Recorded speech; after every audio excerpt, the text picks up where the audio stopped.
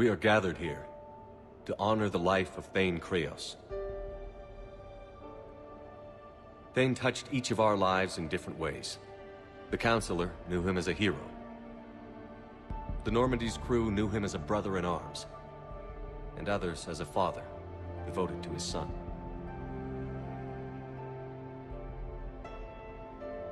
Though his life took him to very dark places, Thane cared for the better angels of our nature.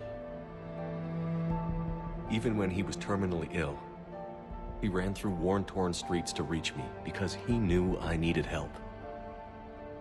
You all know the results of that day.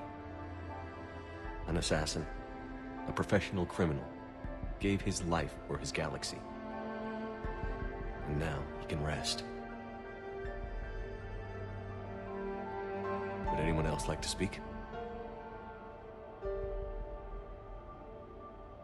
What I remember about Thane was his confidence.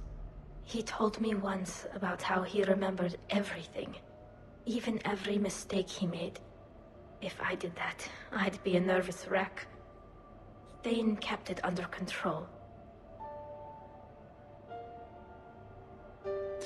It's strange, but the last word I'd label Thane with is assassin.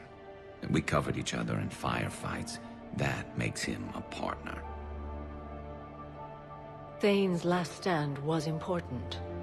But let us also remember why Thane left the Normandy. To keep his son away from a life of crime. Deeds such as these do not go unnoticed by the universe. They echo in all who hear them. That is why I am here. Thane took himself seriously, a trait with which I did not always agree. I tried to make him laugh on several occasions. But what I interpreted as a lack of humor was masking a great effort. Thane was turning his life around, in a way few organics do.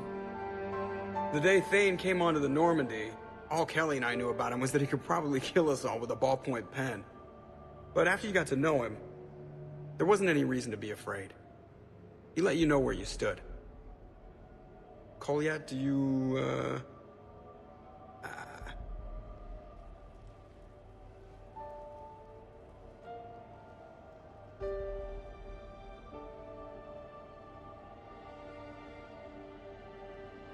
When I was little, I thought my father had it all figured out. He said men must be loyal to their friends and dangerous to their enemies. But when he prevented me from hurting someone, he had changed. He said enemies and ego are not as important as loved ones. I didn't want to hear it. I was lost. I called him a hypocrite in 1,000 different ways. Said that he was going soft. Now, I think maybe he did have it all figured out. That's all I can say. If anyone would like to continue, we'll be here. Looks like people are starting to clear out. Commander, thank you for holding this event. In time, it will be a good memory. I don't know if I'll be as philosophical about it. It's still kind of raw. I understand. If you will excuse me, I should take this opportunity to speak with the Counselor. About what? He is feeling grateful, and I want to point out there are some Salarian biologists who need funding. If anyone would be able to create a breakthrough in the treatment of Keppel syndrome, it would be them. If you need someone to hold the Counselor's feet to a fire, I'm there.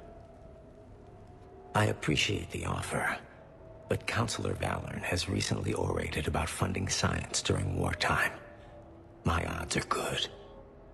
Oh, before I go, I was organizing my father's possessions, and I came upon copies of video messages he tried to send you.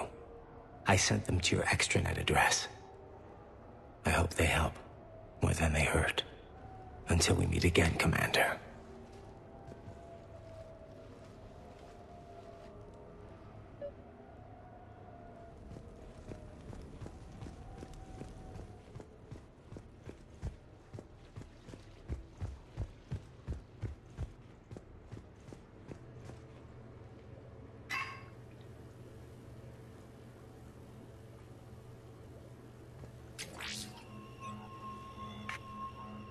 Shepard, I suppose I should thank you for my freedom. Leaving the Normandy was the right decision. It was saddening to see our crew go their separate ways, but it is better than answering questions in an Alliance interrogation room. I hope this message finds you well. As for me, I have moved into an apartment on the Citadel not far from Kolyat.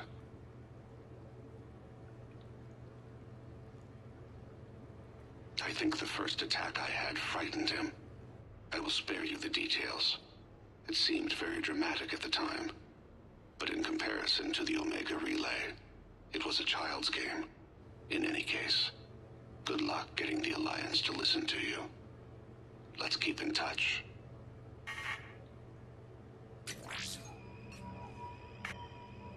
Shepard, if you sent a message back, I didn't get it. I suppose communications from someone of my reputation would be restricted. The irony is, I am a danger to no one these days. I am even paying taxes on my investments. I can't expect Kolyat to do so if I don't. He is doing better. He has no significant other, and he is temperamental, but he is employed and staying out of crime. I can tell he is serious about changing. It has cost him more than a few friends. Send something back if you can, Shepard. I can only learn so much from news reports about you. I have tried a false identity to try to get this message through to you. We'll see if it works. I have good news and bad. The good news is that Kolyat and I took a few days to visit Earth. Light the shade of her eyes. Shrill sound of chirping stops. I scan the ground. See two tiny bodies locked by claws. Excuse me. As I was saying, we saw a beautiful sunset in New Mexico, and a scorpion eating a cricket. I wish you could have joined us. The bad news is, I fainted and struck my head. Kolyat has convinced me to stay at Huerta Memorial on the Citadel. I will be there from now on. I still don't want to die in a hospital, but it's where the doctors are. And Kolyat. I love him. That means I must trust him. Goodbye, Shepard. Let me say that now, in case I cannot later.